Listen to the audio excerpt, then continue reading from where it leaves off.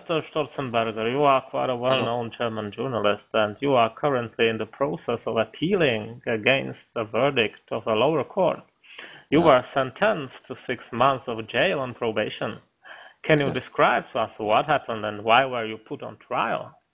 Yeah, it's unbelievable, Mr. Kechlibar, what's going on in Germany. Last year, on the 3rd of June, the South German newspaper published the article Swastika and Half Moon. They reported about the alliance of Nazis with Islam. And 2 days later, I published on Politically Incorrect. This is a well-known website in Germany, one of the biggest independent websites enlightening Islam. And I made a long article where I corrected the faults of the South German newspaper, and I made additional facts because they didn't tell the whole truth. And as I always do, I announced this article on Facebook. I made a short announcement where I mentioned what's going on. I made a headline in big letters, South German newspaper, Swastika and Half Moon. I described that this newspaper made this article about the alliance. And then at the end, I made a typical historical photo about the Grand Mufti of Jerusalem shaking hands with a NSDAP chief of Saxony, Martin Mutschmann, and there is a swastika. Of course, it's a historical photo. They wear those swastikas.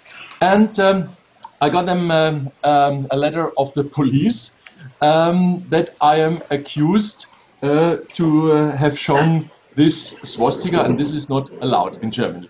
So I went to the police and I declared we have in Germany a criminal code, and there in paragraph 86.3 there is it's allowed to show those swastikas when you are reporting on events of the past or the present, or if you make civic education. This is this paragraph, and everybody knows it. And every journalist in Germany can report about the Nazi time. There are reports in television all over and in newspapers, and they are all showing those swastikas when they publish historical photos. And I asked the policeman, come on, tell me, who accused me on that? And he looked at me and said, I was it.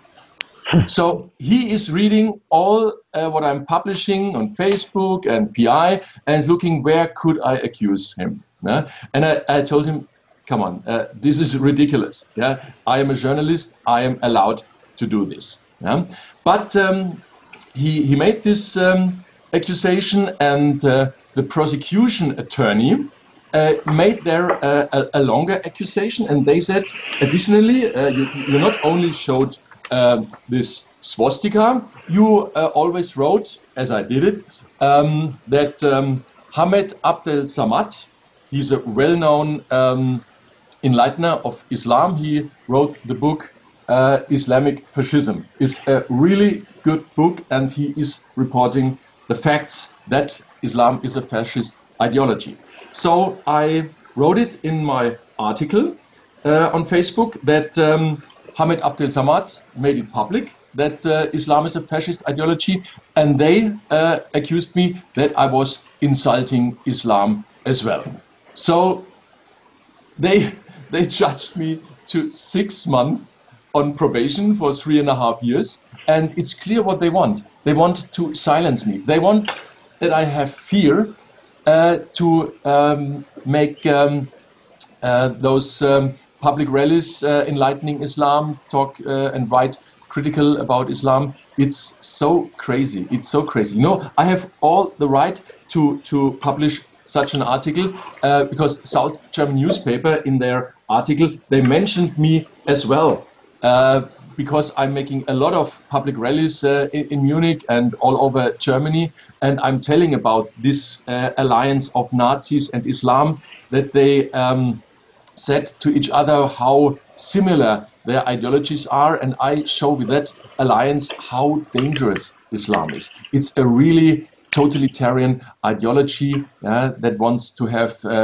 full power in the state. They want to install their Sharia, their law, their law of God, as they say, and they are allowed to use power and even killing. So this is very dangerous, but they want to silence me. It's incredible. It's, a real scandal, and it's very important to say it in the whole world. We have reports already in America, in Canada, in USA. We have it all over Eastern Europe, especially in Poland. They made reports in the second biggest newspaper, Super Express, and in a TV channel, Info TV. It came in the evening in the main news, and they said, yeah, it's clear. In Germany, there is injustice. They want to silence the people who are criticizing Islam. Yeah, it's a really huge scandal. I see. Thank you. In the light of your own trial, do you believe that your colleagues, and I mean German and Austrian journalists, feel a pressure to limit their freedom of expression and inquiry, especially with regard to Islam? If so, can you give us some other examples? Definitely. I know journalists in Germany who told me if I would write everything that I know about Islam, I would lose my job the next day. So we have the problem in Germany, it's not only in Germany, the political correctness. You are not allowed to say and to write about the whole truth. It's crazy. The people know since centuries about the danger of Islam. But nowadays, they want to have peace, they want to have religious freedom, they want that the Muslims feel good here in Europe, and they fear that if we criticize Islam clearly, they could be angry and they could make terror attacks. So appeasement is the strategy, and it's totally wrong. Appeasement against a totalitarian ideology is worst thing you can do.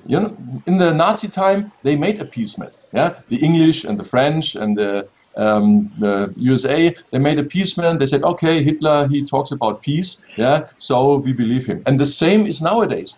All the representatives of Islam, they say, oh, Islam is the religion of peace. We are for freedom, democracy, and equal rights for every human and the women, blah, blah, blah. They are lying. We know that. They use taqiyya. It's a loud lying, to spread Islam. So we have to go forward. We have to say we have the right to say the truth. And I am so often in front of court, many times. But there is some positive in that.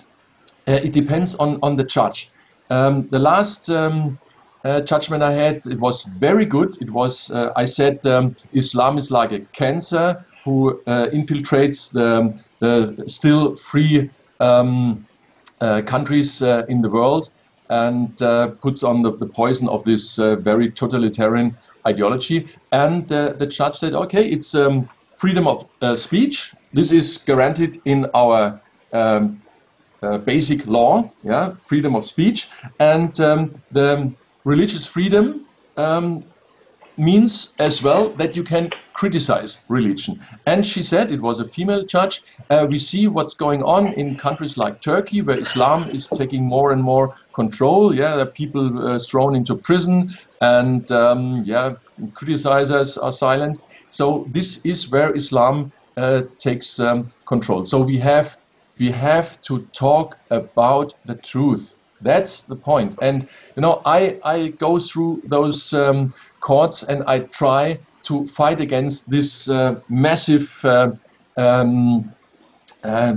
try to silence all the people. But we have to break the ice. We have to break the walls, and we have to go on. And I hope, with public reporting about that, we can make pressure on this justice and on the politicians, that we say the truth about the danger of Islam. It's the biggest danger we are confronted with nowadays. Thank you. The Czech Republic has so far very good reputation when it comes to freedom of speech and freedom of the press. So what should we do and what should we avoid, in your opinion, to prevent negative developments in this regard? You should avoid Muslim mass immigration. And this is a problem in Germany. We have a lot of Muslims here. It's about 5 or 6 millions, and we got about 2 million migrants with a refugee chaos. And the more Muslims there are in a country, the more pressure is there. They want to have their rights, you know, they want to have more and more parts of their Sharia realized.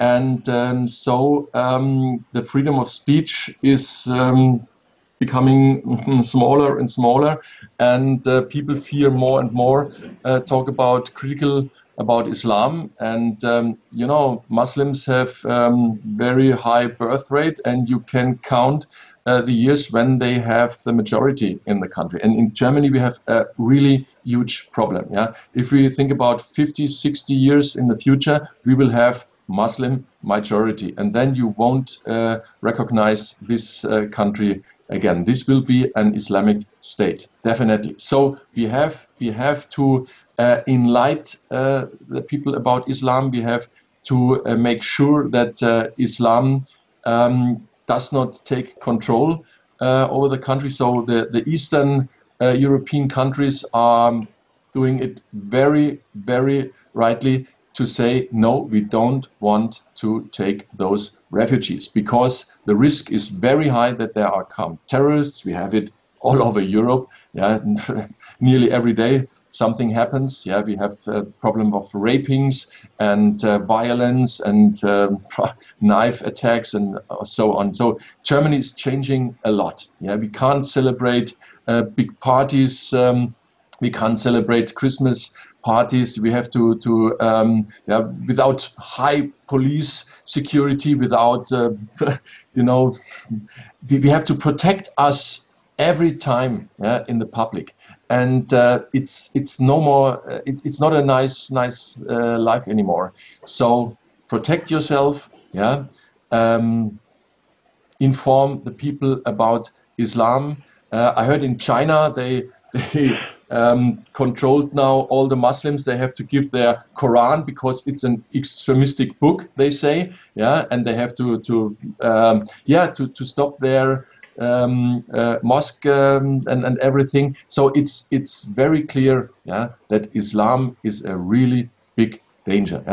There's the only solution. Yeah, Islam has to get rid of all those violence and killing and terror and women repressing and all of this, yeah, or Islam has to get out of Europe. That's a clear message. Yeah? Take care what's going on in your country. And I think most of the people in your country see clear. Yeah, in Poland and in Hungary and in Slovakia and everywhere. Yeah, they say, no, we don't want Muslim immigration in our country. That's the right way.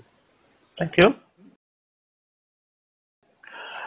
So far, Islam seems to be rather successful in imposing limitations on freedom of speech in the West. Can you see any trends or developments in the other direction? I mean, reclaiming freedom of speech and freedom of press. Do you think that the results of the recent German federal election might bring some movement into the situation? Yeah. It's very important that the alternative for Germany, the AfD, had a good victory in the election. They had 12.6%, and they are bringing now the critical discussions in the parliament. And we have now the election of the vice president of the German parliament, and the man of the AfD, Albrecht Glaser. He wants to become one of the vice presidents, and the other parties don't want to elect him because he said Islam is not a religion, Islam is a political ideology. Yeah, so we have now the discussion in the public. It's coming in the television, in the news, and now they talk about it. And it's so important, yeah, that we have now an oppositional party in the parliament, because before all the parties were politically correct. They didn't criticize Islam. They didn't criticize the refugee policy. They were all, you know, like, have the same opinion. Yeah? But the people in Germany, they don't want to have Islamization. They don't want to have mass immigration from the so-called refugees. Yeah? Most of them, they want to have a better life here. Yeah? They know they can live here, you know, on public money without doing anything. They know all about this.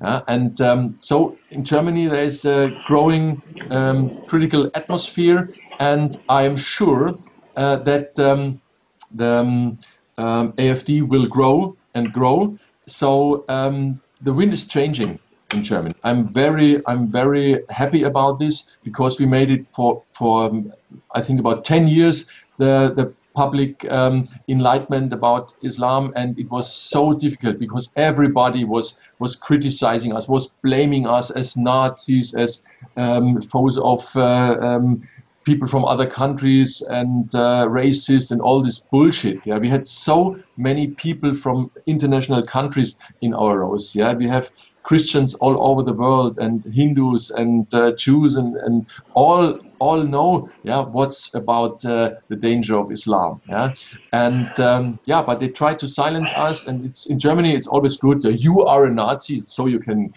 silence someone. Yeah, those who you are like a demon. Yeah, but you know, it's so crazy. I was refounding the White Rose with the best friend of Sophie Scholl. So I am against National Socialism. I'm against every totalitarian ideology as communism, yeah, and of course the fascist Islam. So we hope that our message comes through, and the more there will be talked about it in the public, the better it is. Okay, thank you very much for your time and patience, Mr. Stürzenberger. Hope that your trial ends well, and we will see you in Prague. Goodbye. Yeah, thank you very much for the interview, and thank you very much for the invitation. Unfortunately, I can't come this Friday because I have a next trial on that Friday. Yeah, I'm in the 5th instance of that Islam is like cancer. So I'm on a higher regional court on Friday. So I hope that everything will turn out fine. Yeah? We both hope that. Goodbye. Lot of success for your event on Friday. Goodbye. Bye bye.